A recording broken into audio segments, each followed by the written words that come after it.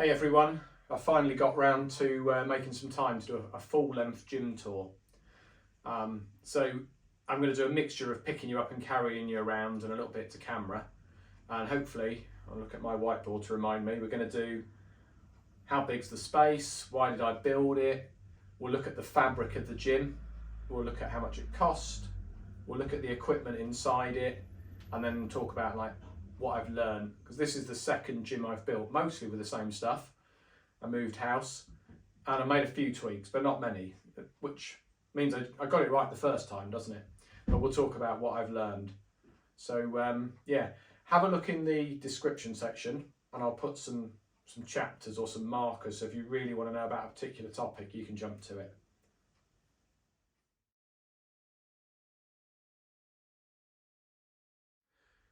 So the first question, why? Well, the easy answer is I was going to become a dad. My wife and I adopted a little girl, and I knew life was going to be hard to get to the gym. It was going to be hard to keep that commitment up. I didn't really know what to expect. So we moved house. We had a garage inside the house at that point, you know, an integrated garage. So I thought, let's do it. And if anyone knows me in real life, I'm an all or nothing kind of guy. So if I'm doing it, I'm doing it. Originally, I thought it was going to cost a couple of grand, cost double that, but we'll talk about that in detail in the cost section. But that's the why. I wanted to keep up the discipline. I wanted to make it as easy as possible to get in the gym. And initially, I did still go to a commercial gym now and again. Then I killed it all together for a couple of years, and now I'm back to like 1 day a week in the commercial gym.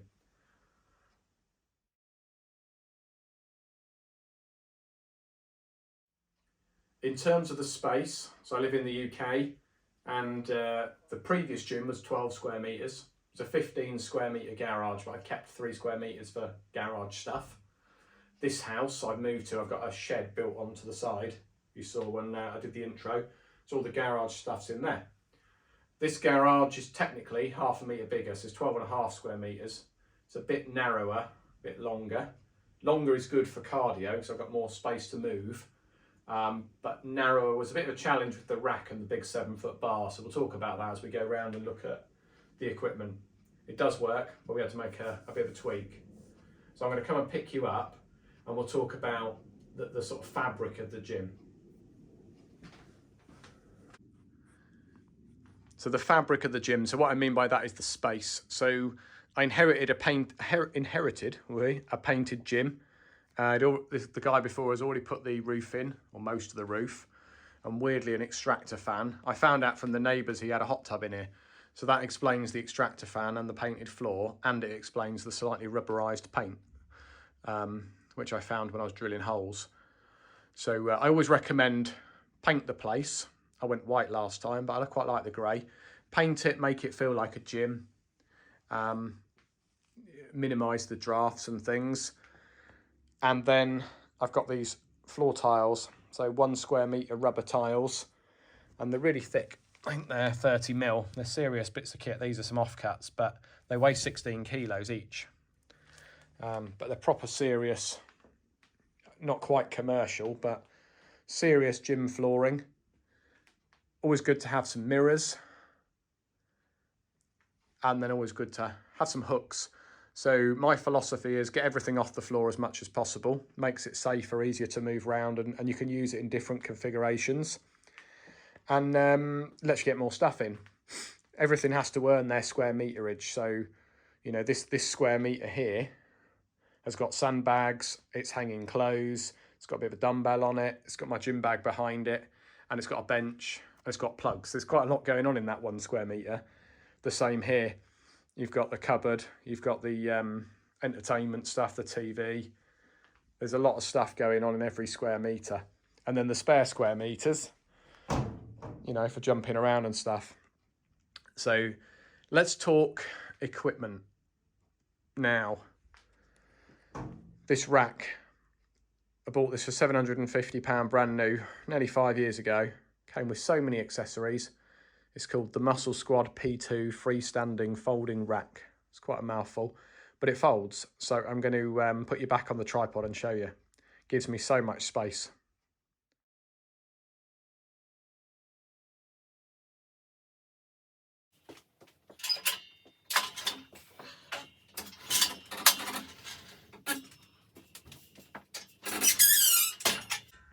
go. That is some serious space now. So there's like 3.5 meters of length now with that folded away.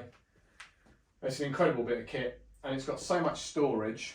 I can put bars behind it. I've got 180 kilos of bumpers on it, albeit some behind there. Mirror fit fractional plates I bought. I've got my MAD spotters hanging up here. It's got a cable pulley. I've got all sorts of handles. They do lie on the floor, but they're out of the way. And I've got the J hooks, and I bought these extra safeties. So you've got these ones and these ones, so I can work in and out of the rack with 2 different bars and 2 different people if I want, or I can use these with the jammer handles which are hanging up, or sometimes it's just easier to get these out. They're smaller, they're good for 100 kilos, so a pair of them 200 kilos. These are rated to about 300 kilos. The rack's not bolted down. It weighs 80 kilos on its own, then you add all the weight to it, it's not going anywhere. And actually, when we moved house, we took the cables off, some 4 bolts I think, took the cables off, and then we just turned it on its side, and it went through a normal door.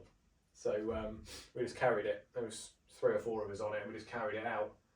I thought it was going to be a nightmare, but it worked. You can see it barely fit. It fits fine without the cables on. So we put it in without the cables, and then I got a multi-tool and just chopped a hole in the ceiling. It went far too big, but I didn't want to be messing about trying to lift this thing up. I needed to get the cables on because I'm doing the 12-week photo shoot challenge, and I moved in like week 6, so I needed to get all my equipment set up as quickly as possible. That's why I'm as bald as a newborn baby, because I just shaved all my hair off today, ready for a tan tomorrow, because Sunday, what day is the day? Friday, Sunday is the photo shoot. So anyway, that's the rack. I can't rate it enough. I'll come and get you and we'll look at some other bits of equipment. Let's have a look at the stuff that's behind the rack, because it sort of all goes together. So I've got a pair of mirror fit deadlift pads. They are so good. There's a video on the channel about those. They're so good for deadening the noise of slapping the deadlifts down. These are the jammer handles. They're an extra for the rack. Hang them up out the way. Got this mirror on Facebook I got 2 of them for 15 quid. I'm going to give one to my friend. And then my yoga mats are up there. I've got a few handles. The black one came with the rack. The dip horn came with the rack. All these clips, I've got about 10 clips, they came with the rack. This black bar, it's like a padded bar to hold you down when you do things like lat pull downs and stuff. That came with the rack. All these hooks to hang things on. I think it came with 1 handle and I bought some more. I've got these things that go around your ankles and let you clip into the cables. I bought those. It came with this row handle for landmine rows, and it came with the landmine down there. And I bought the silver handles extra. The MAD spotters, bought those extra. These mirror fit fractionals are absolute godsend when you're starting to really push your limits. There's 15 kilos worth of weights there, and you can go as small as a ½ kilo up to a 2.5 kilo in pairs. Then we've got a cable pulley. So it's a single, it's top or bottom. We'll come around and have a look at that. I bought this extra, I think. The chains came with the rack. This little handle came with the rack. And we'll talk about this, this bar in a minute as well. I'm going to rack it up and show you why it's important. And then you can see up here, look at my handiwork. Ignore that. That's the top pulley for the cables. And then there's a bottom pulley down there as well. So it's a handsome bit of kit. I'm going to set up the bars and show you why that silver bar is so important.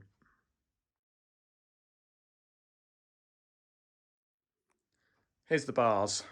We've got a 7-foot bar and a 6-foot bar. They both fit the rack, but here's the key difference. The 6-foot bar, which is a mirror fit international bar, much shorter collar, still fits the rack, but what it lets me do is actually work in the gym. So I've done one session with the 7-foot bar and it's really hard to get the weights on and off. But when you spin that bar around this way for deadlifts and stuff and rows, completely fine. So with the 7-foot bar, you can get, I think I've had 220 kilos on it, but it's got room for all the bumpers on it. The mirror fit, I think I worked out with the bumpers I have, I could get 140 on it. So I've got 2 bars. That bar was about £130, I think, the mirror fit bar. That was the compromise, to have the rack round this way, chop a hole in the ceiling to get the cables on, and then buy a smaller bar.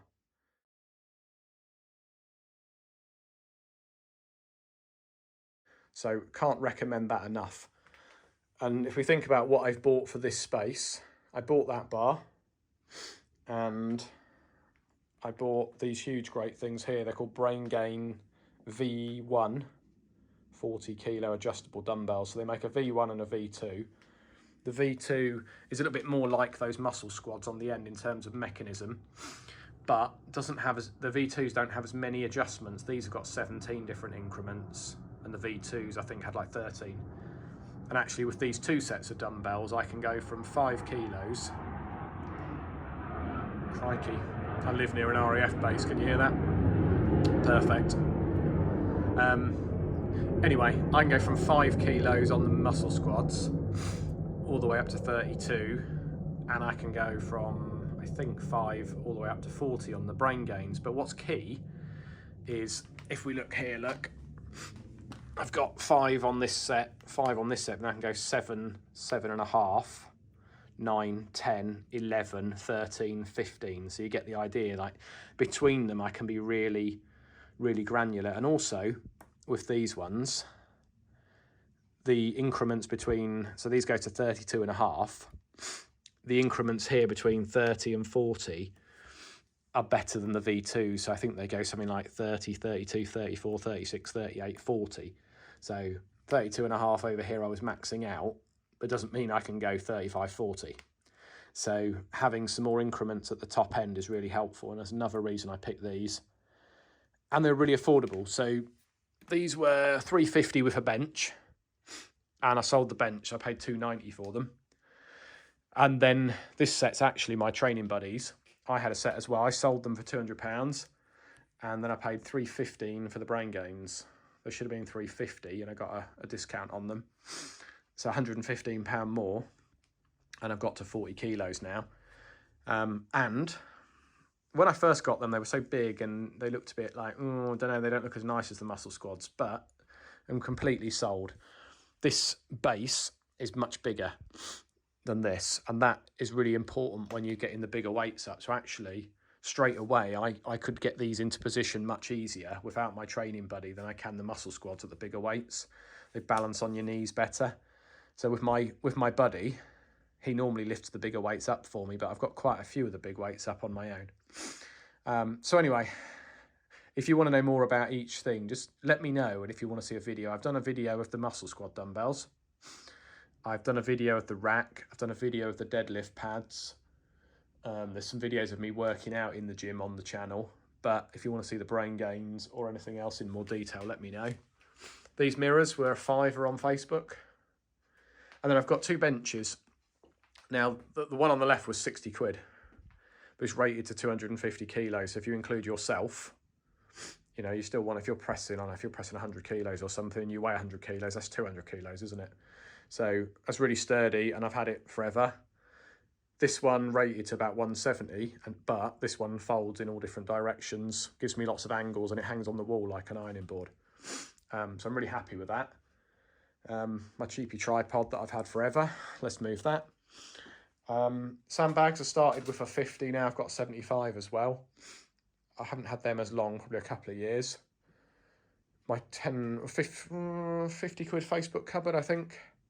And my Bose Solo 2, this was 115 quid on eBay, I think.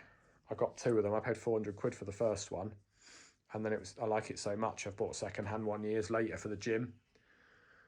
I started to talk about money, haven't I? I said I'd sort of do that as a separate section, but oh well, is what it is when you go organically. And then the telly does Spotify, and if I'm on the bike, which isn't in here at the moment, but if I'm on the bike, I can just sit and watch Netflix or something, do some low steady, some lith.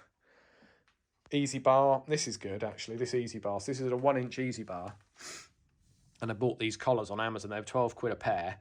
They slide onto the 1-inch bar. tighten up a little Allen key, and then you can put your 2-inch weights on them. So I can slide them off and use 1-inch weights, or like here, I've got it permanently set up as 2 5 kilo 1-inch weights plus the bar. Then we add the bumpers to it. So I've given my 1-inch weights to someone else to borrow. Phone charger, got to have that. Admin station with White Monster, stuff of dreams. It's good to have some sort of whiteboard or something to write things down. Like, even though I wrote this down, I'm being organic on the video now. This is key, how to set the rack up. This used to be written on a whiteboard on the fridge and I just took a picture of it. But if I'm doing a flat bench, I know I've got to put the J hooks at 34 for the bar. The safeties, the big ones, at 17. If I'm using the jammers, then put them on 28. Hold the middle of the handle, or the middle handle, excuse me. Oh dear, excuse me. And if I'm using the jammer safety, the shorter ones, put them on 20. So I can do, you know, bar and jammer safety if I want, if I don't want to get the big safeties out. This is all the exercises so far I've worked out on the rack. Then you've got to have heating and cooling, haven't you, depending on what's going on. Another sandbag and some kettlebells. What else is going on in here? Somewhere to hang the 7-foot bar. Random bands everywhere.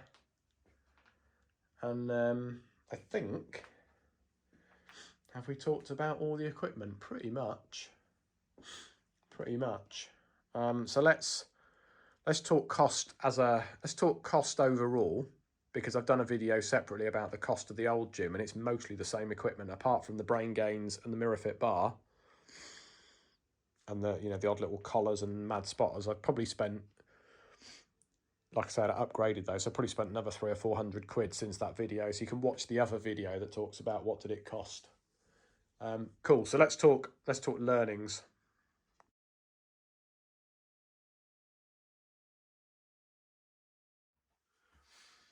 Okay, so like I said, I reckon it costs £4,000 to put the gym together, roughly. Pretty much everything was brand new. I subscribed to buy ones, cry ones. So I've done the whole, oh, this is not quite what I want, I'll cheap out a little bit, and then I'm dissatisfied. Sometimes then you still don't go to the thing you know you should have bought, and then you end up buying it 3 times. So I just think, buy it once, cry about it once. Once you had the use out of it, like I said, those Muscle Squad dumbbells, I probably had them for 2.5, 3 years before I upgraded them, and I used them at least twice a week, if not 3 times a week. Every week I'm in here, I worked out I'm in here about 600 hours a year, so 600 hours into 4 grand over many, many years. You do soon forget the cost, and you don't have to go crazy. I mean, if you've got a van, or you're a bit more you've got a bit more time than I have, you can go out and source these things on Facebook and save a fortune. You could probably build this place for 1,500 quid if you went out and did that, but I just ordered it all, it turned up, I built it, got on with it. So that's the cost, roughly.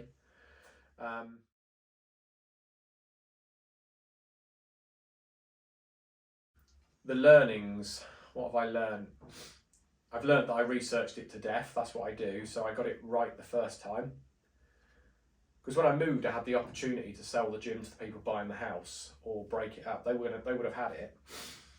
But I didn't want to do it because I thought, hang on, I'm going to have to research and rebuy, and actually I like all the stuff I've got. As long as the rack physically will fit in the gym, the rack's coming. If it wouldn't fit, different story. But it did, apart from the cables.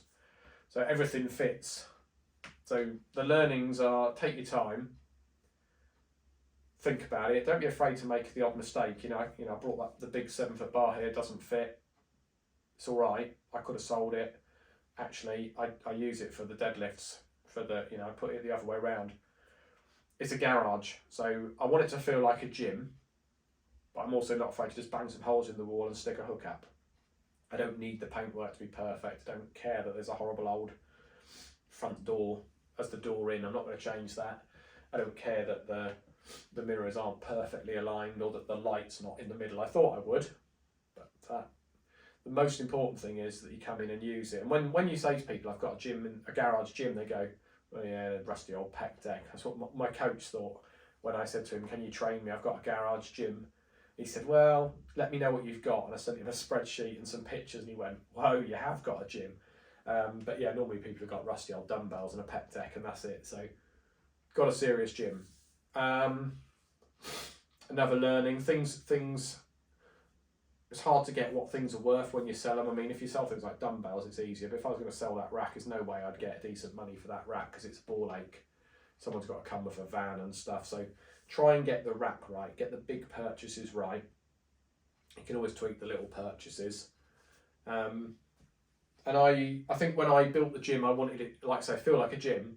So I built a brand for it. It doesn't do anything. We just got some clothes. There's a website we buy the clothes from, but I work in IT. I'm in a garage. I'm a geek, so garage gym geek. We got trousers, we got hoodies, we got all sorts of technical t-shirts. I've got a logo from Wix. I think I designed it on. It just feels like we're going somewhere. We're going to the gym to train. We're not just in the garage training. I'm just looking around. What else have I learned? I mean, if you look at these pictures here, I've been training on my own for like 10 years. Had training buddies, but it's only in the last 18 to 24 months I've had a coach.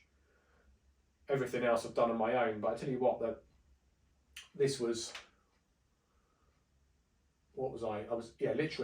I hired my coach to do his photo shoot challenge, 12 weeks, get into the best shape of your life.